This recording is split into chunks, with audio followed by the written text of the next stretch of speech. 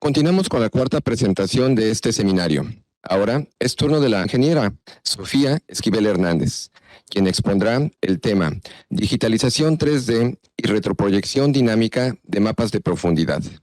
Sofía Esquivel estudió en la Universidad de Colima, donde obtuvo el título de Ingeniería Mecatrónica en el 2022.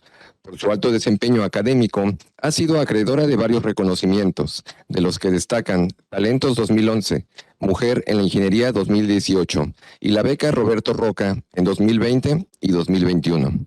Actualmente es estudiante del programa de Maestría en Ciencias en Sistemas Digitales del CITEDI IPN. A la fecha, ha publicado los resultados de su proyecto de investigación en 2 artículos del Congreso Internacional Optics Plus Photonics de la Sociedad Internacional de Óptica y Fotónica. Sin más preámbulo, demos la bienvenida a Sofía Esquivel para su presentación. Hola, buen día, buenas tardes. Aquí todavía es de mañana, así que aquí en Tijuana son las 10. Buen día. Como ya lo comentaron, voy a estar hablando sobre la digitalización. En conferencias anteriores ya se habló un poco sobre calibración, ya se habló un poco sobre las características intrínsecas de las cámaras, de los proyectores, cómo obtenerlos. Entonces, en esta ocasión vamos a quizá responder un poco las preguntas que se dieron en la conferencia anterior de mi compañero, el doctor Gustavo, acerca de para qué sirven, alguna aplicación. Y bueno, en esta conferencia vamos a pretender hacer esto. Primero vamos a partir de lo más básico, ¿no? ¿Qué entendemos por digitalización? Si nosotros nos vamos a Google, podemos poner digitalización y nos van a aparecer un montón de cosas, ¿no? Desde convertir señales analógicas a digitales, quizá escanear, pero en este contexto, en este ámbito de nuestra rama de investigación, que es la medición óptica, entendemos por digitalización básicamente a grandes rasgos. Tenemos un objeto 3D y lo queremos, por así decirlo, escanear para poder analizarlo con todas sus irregularidades, pero obviamente en medidas físicas, es decir, centímetros, milímetros, dependiendo el contexto en el que se esté aplicando esta técnica y poderlo ver desde una computadora. Para esto tenemos que resolver un problema que aquí puse de manera muy básica y bueno, que ya se habló anteriormente, ¿no? Nosotros ahorita voy a hablar un poco de la técnica de proyección de franjas. Hay muchas técnicas para hacer esto. Está pues la visión estéreo, está, como ya lo comentaban también anteriormente, por infrarrojo, o usando láseres, pero en esta ocasión me interesa un poco la proyección de franjas, donde se utiliza una cámara convencional, que puede ser una cámara web, y un proyector. Tenemos una escena, la cual se quiere analizar, y queremos referenciarla al sistema global. Para esto tenemos que conocer las características de la cámara, tenemos que conocer las características del proyector y aparte su ubicación respecto al sistema de referencia global, es decir, su matriz de rotación y su vector de traslación. Con esto podemos ubicar cada punto de la escena y obtener un mapa tridimensional pues muy preciso. Básicamente, la proyección de franjas es un método de medición óptica. Hay muchos otros. Ese particular destaca, como ya lo comentaban, para distancias pequeñas, no muy grandes, porque se utiliza la luz, en este caso el proyector, para iluminar, y lo que se ilumina se captura con la cámara. Para esto, como ya lo habrán podido intuir de las conferencias anteriores, se utilizan correspondencias. En la cámara es muy sencillo. Tomo una fotografía y yo sé, por ejemplo, que un punto dado está en tal píxel. Sin embargo, en el proyector no es así de fácil decir, bueno, en la diapositiva del proyector, que matemáticamente se comporta igual que una cámara, vamos a decir que también tiene un plano organizado en píxeles. ¿Cómo saber exactamente ese punto que estoy observando en qué píxel se encuentra? Entonces, en esta técnica, el plano del proyector En lugar de que la diferencia principal de una cámara y un proyector físicamente es que la cámara captura la escena, captura la luz y el proyector no. El proyector simplemente pues la proyecta, ¿no? Entonces, el plano del proyector se codifica en un patrón que nosotros conocemos, las características de pues qué tan grande está en píxeles y pues varias cosas, ¿no? A grandes rasgos, lo que se obtiene la imagen de este patrón decodificado se puede modelar así. Como A y B son variaciones en la iluminación que siempre se dan, ¿no? Quizá porque el objeto es muy susceptible a, o sea, es muy brillante, tiene un material muy reflejante, perdón, o no sé, la escena es muy oscura o tiene luz natural, dependiendo de muchas cosas. La fase es lo que nos interesa encontrar, que es la que tiene la información del objeto, y los corrimientos de fase se utilizan para poder extraer la fase, porque recordemos que el coseno es una función periódica.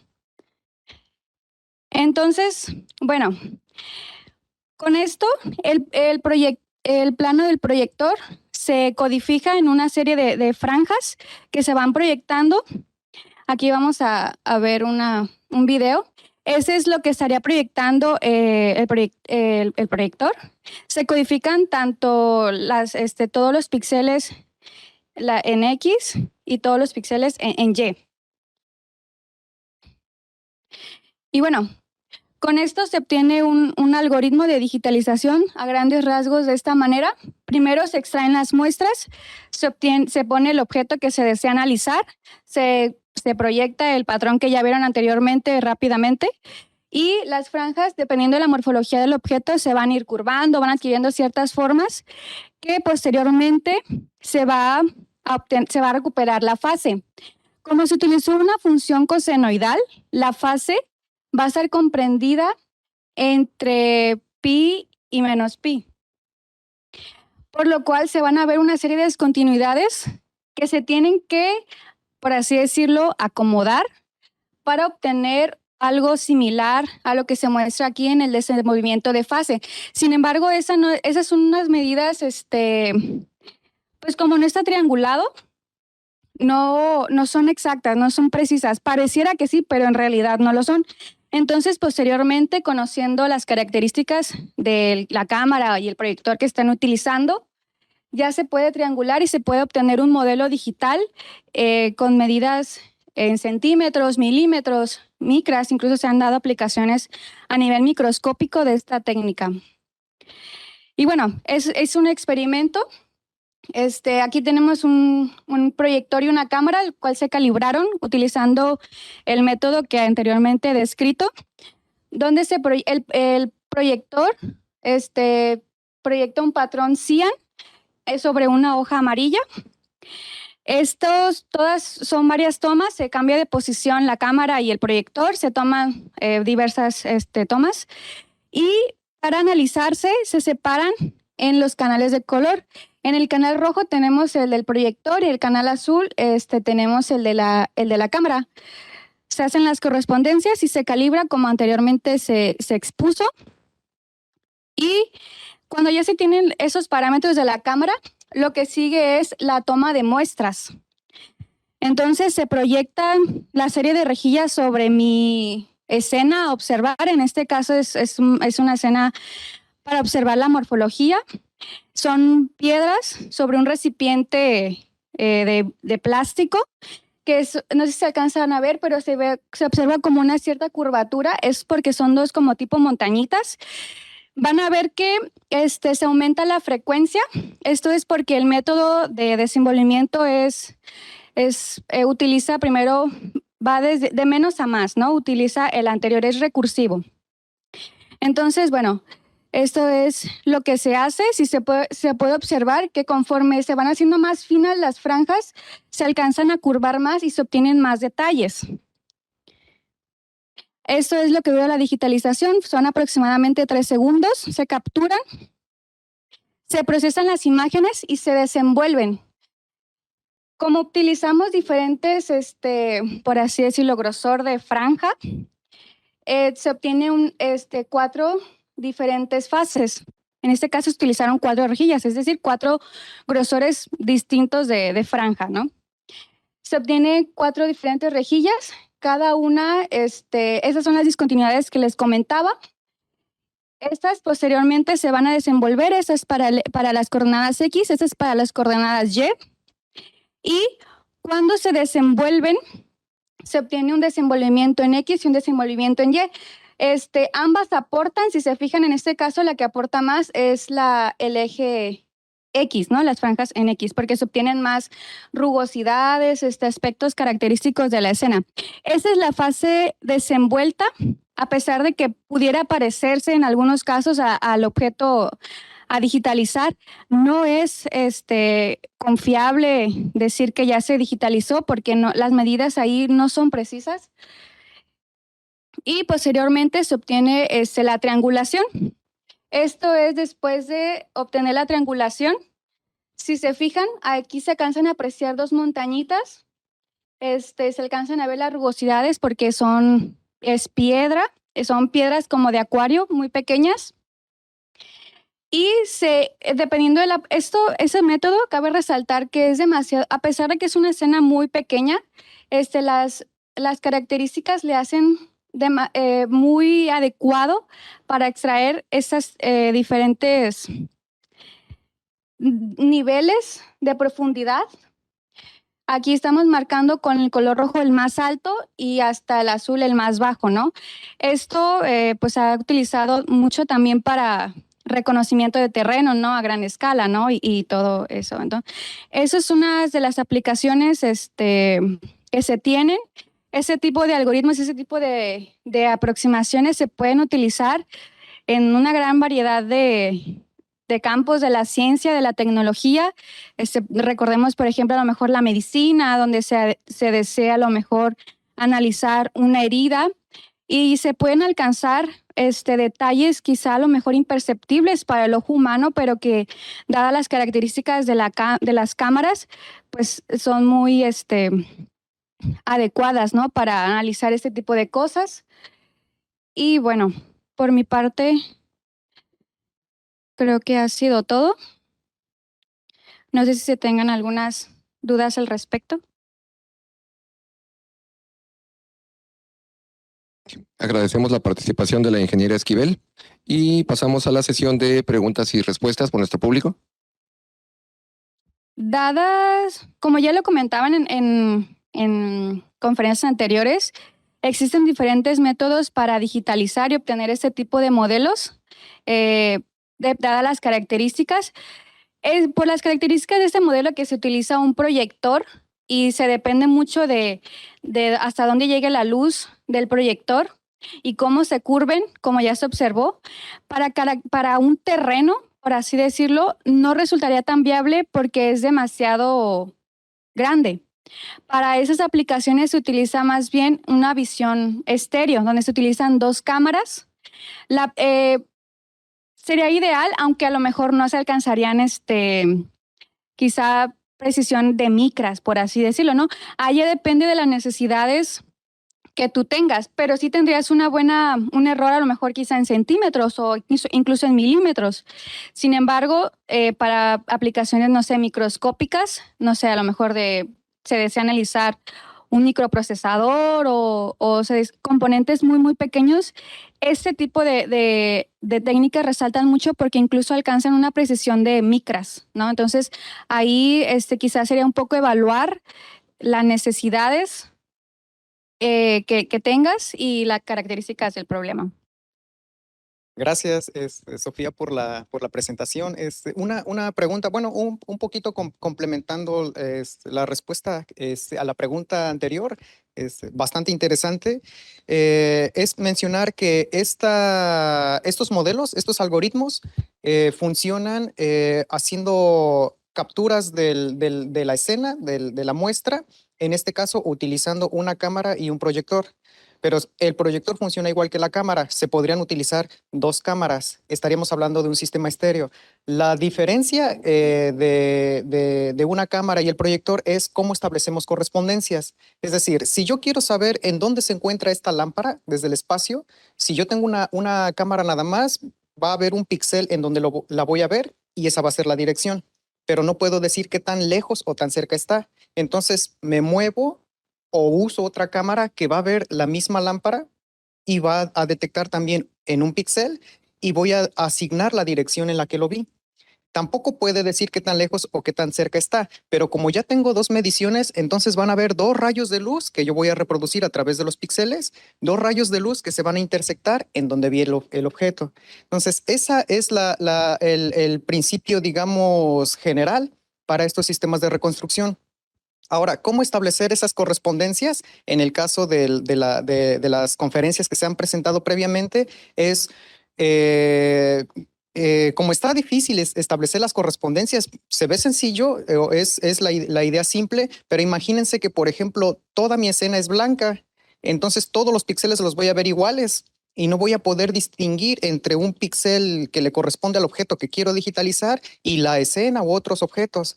Entonces, para eso utilizo el proyector. En el caso más simple, yo puedo apagar el proyector, poner todos los píxeles en negro, encender un píxel y va a haber un rayito de luz bien tenue que me va a iluminar un punto. Y cuando yo saque la fotografía, voy a ver un punto intenso en la imagen. Como yo sé qué píxel encendí en el proyector, sé en qué dirección iluminé.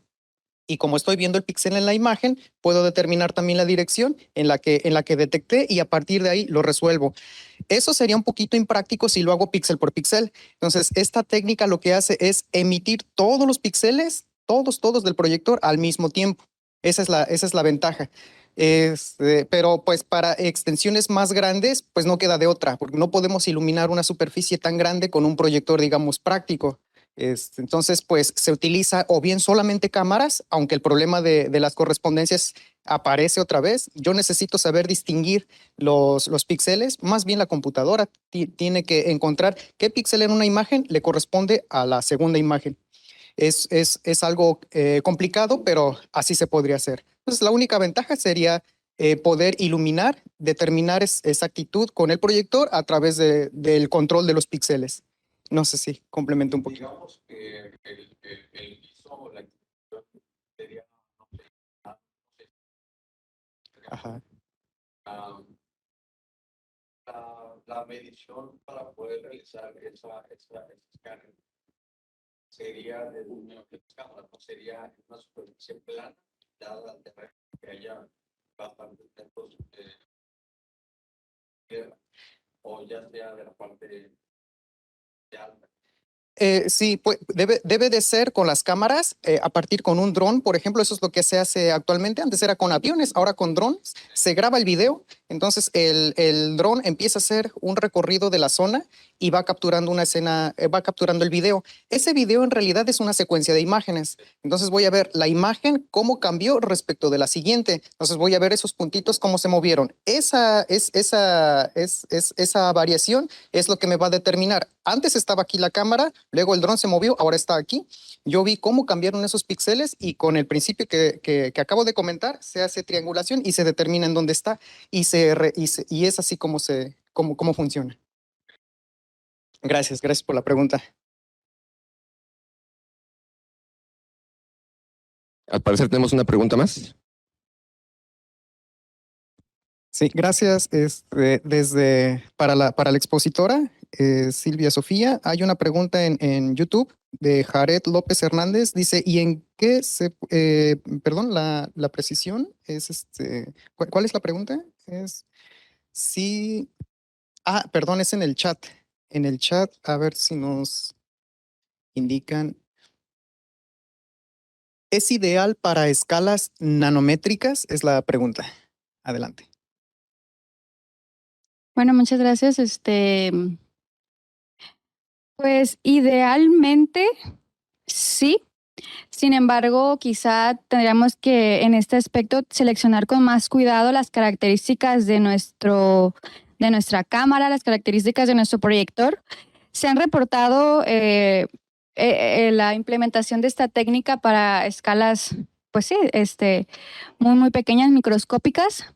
Sin embargo, sí se tiene ese inconveniente, ¿no? De que las cámaras y los proyectores tienen que ser de características especiales, no pueden ser ahora sí que convencionales, porque dada la que será en un espacio muy pequeño, las correspondencias se tienen que saber distinguir, que no vaya a quedar, por así decirlo, en 2, 3 píxeles todo el objeto, porque ahí no alcanzaríamos, ¿no? A esa precisión. Muchas gracias.